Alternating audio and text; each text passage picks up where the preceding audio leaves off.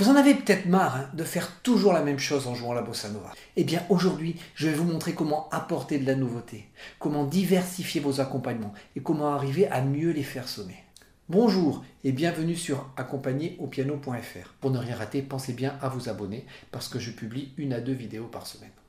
Alors, dans 2 précédentes vidéos, le lien en description, nous avons vu comment nous pouvions accompagner la bossa nova au piano de manière assez classique. Eh bien, aujourd'hui, nous allons voir trois nouvelles façons de faire.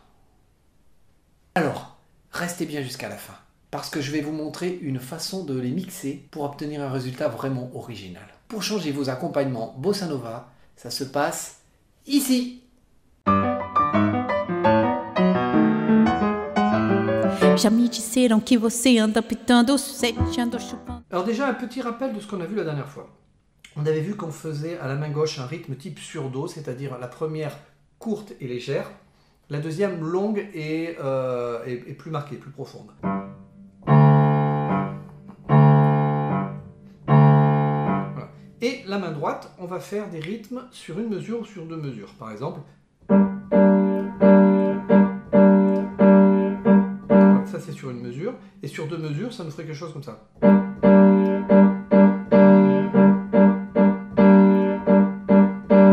Et ensemble, ça fait ça.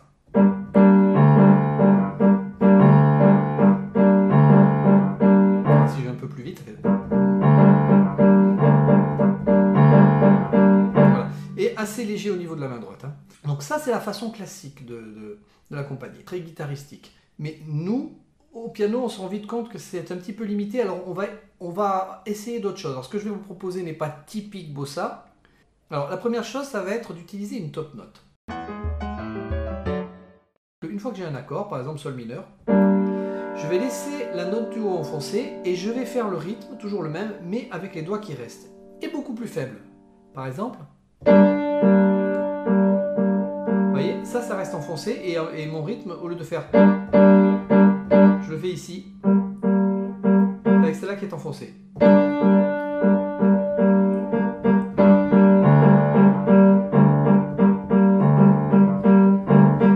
Si je change d'accord, par exemple si je vais à un do mineur, je vais changer do mineur, et idéalement je vais chercher le mi bémol qui est ici. Ouais.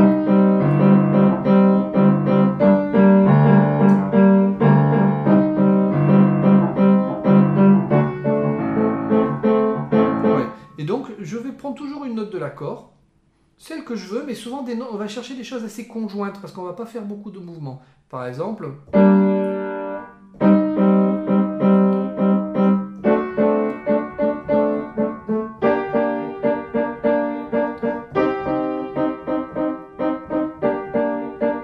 Bon, je fais un peu n'importe quoi comme enchaînement, mais l'essentiel c'est que vous arriviez à voir ça. Donc intéressant, on laisse une note enfoncée et en même temps, on va jouer notre rythme tout doucement avec les doigts qui restent. Ça c'est une première façon de faire. Maintenant, on va utiliser les arpèges. Alors le principe c'est quoi? C'est tout simple, c'est que mon accord, au lieu de... Je vais toujours faire le même rythme. Tac, tac, 4, 4, 4, 4, 4. Au lieu de faire ce rythme, je vais le faire avec des notes de l'accord et éventuellement des notes que j'ai à côté. C'est-à-dire, je m'explique, sur sol mineur, l'accord c'est ça. Vous voyez, quand je joue ça, j'ai au bout de mes doigts, j'ai aussi le la et le do. Donc mon rythme, tac, tac, 4, 4, 4, 4, 4, je vais le faire en faisant une mélodie sur ces notes-là, par exemple.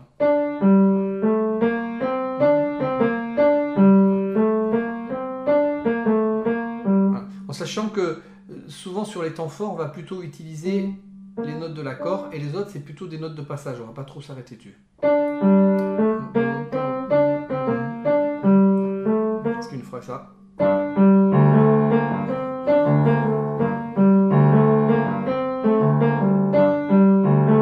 Voilà, ça marche, mais il manque quelque chose. Et ce qui nous manque, c'est ce qu'on a vu juste avant, la top note. Je vais laisser cette note enfoncée et mes notes, je vais les faire avec les doigts qui restent.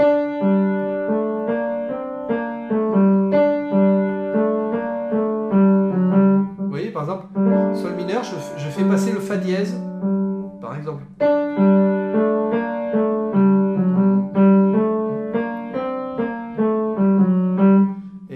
gauche, ça fait...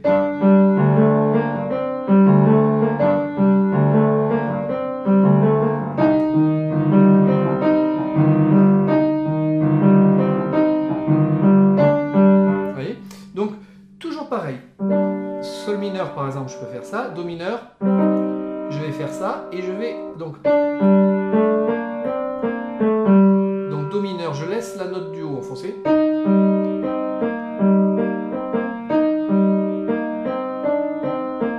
Et je fais un petit peu les doigts qui sont libres, qui sont en dessous.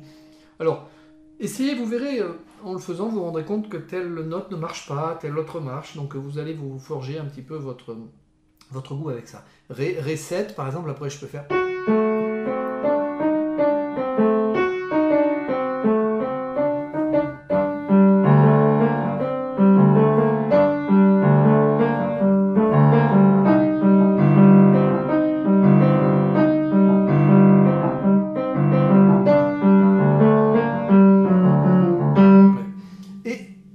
De le faire assez doucement pour que ça n'entre pas en collision avec la mélodie. Si c'est léger, si c'est quelque chose voilà, quelque chose d'assez léger, quelque chose de plutôt comme une forme d'accompagnement derrière, ça ne va pas gêner la mélodie. Alors ce qu'on peut faire aussi, c'est les mélanges. Sur l'accord de sol mineur, donc on a vu qu'on pouvait faire, je vous l'ai dit, on pouvait faire la top note et les accords. Et je peux faire l'arpège. Ce qui est intéressant, c'est de faire les deux. C'est-à-dire que par exemple, on va commencer par deux accords. Vous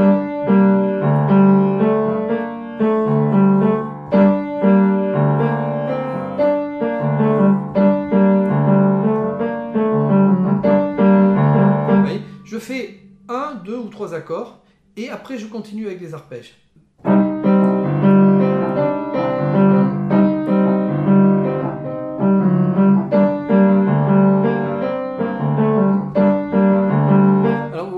Là quand même, dans ce cas-là, c'est un choix que j'ai fait, ça dépend de ce qui se passe, là j'ai fait le choix de faire une mélodie un peu sonore.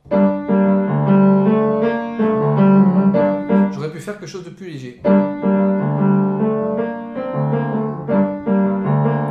Ça va dépendre un petit peu de ce qui se passe derrière et de ce que fait le chanteur. Je vous rappelle toujours, vous jouez en fonction de ce qui se passe à côté. On ne fixe pas un accompagnement de manière absolue sans savoir ce que fait le chanteur. Alors, une autre façon d'accompagner la bossa nova, c'est de ne faire que la deuxième basse. Vous voyez, pour le moment, on faisait ça, par exemple, sur un do majeur, on faisait... Je trouve intéressant, des fois, c'est de ne faire vraiment que la deuxième, donc que la longue. Alors, on peut le faire sur un enchaînement comme celui-là. Do, Ré, Sol, Do, avec un 2, 5. Normalement, on ferait ça.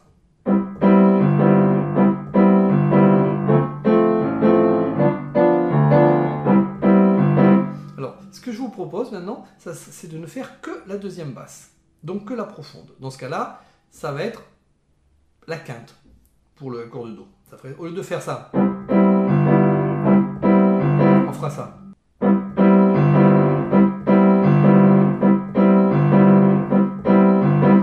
Je peux faire également 4 ampères qui ferait ça.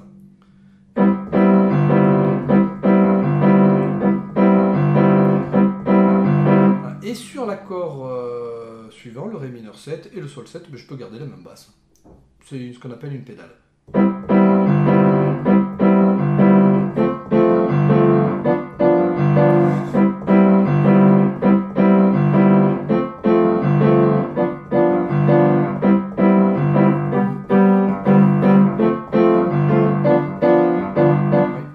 Ça donne un autre effet beaucoup plus rythmique et très intéressant. Une autre façon, la dernière que je vous montre aujourd'hui, d'accompagner la bossa nova. Alors là, on est encore moins bossa, mais je trouve que c'est intéressant sur certains morceaux pour changer. C'est-à-dire que vous avez fait par exemple...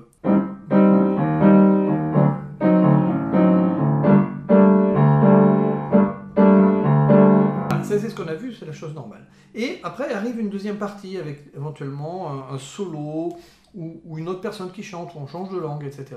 Et moi, ce que j'aime bien des fois, c'est pour vraiment passer à autre chose, c'est faire quelque chose de type boléro.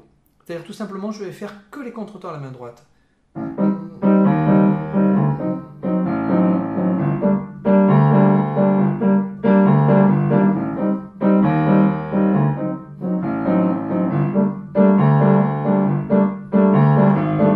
voyez, des fois...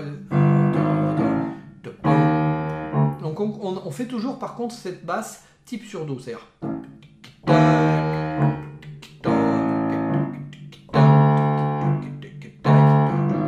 Et de temps en temps, je peux faire des mouvements.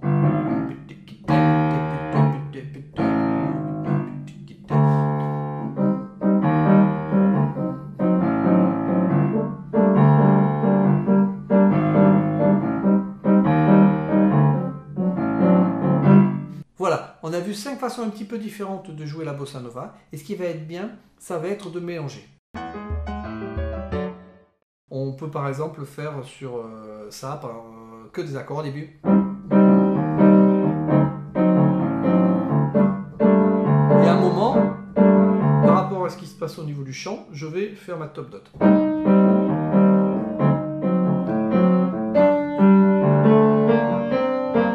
Et souvent ça, on va le faire quand il se passe rien au niveau de la voix. Par exemple, genre un hiver, je veux pas du soleil vert. Je vais faire ça. Regarder du soleil vert. Et après, je reviens aux accords parce qu'il va chanter.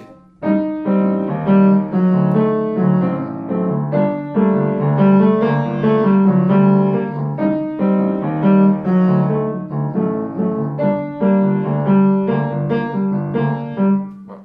Et maintenant, c'est à vous de jouer. Vous pouvez prendre une grille assez simple. Essayez d'abord de faire les accords comme on les a vus au début. Ensuite, rajouter une top note. Essayez avec les arpèges.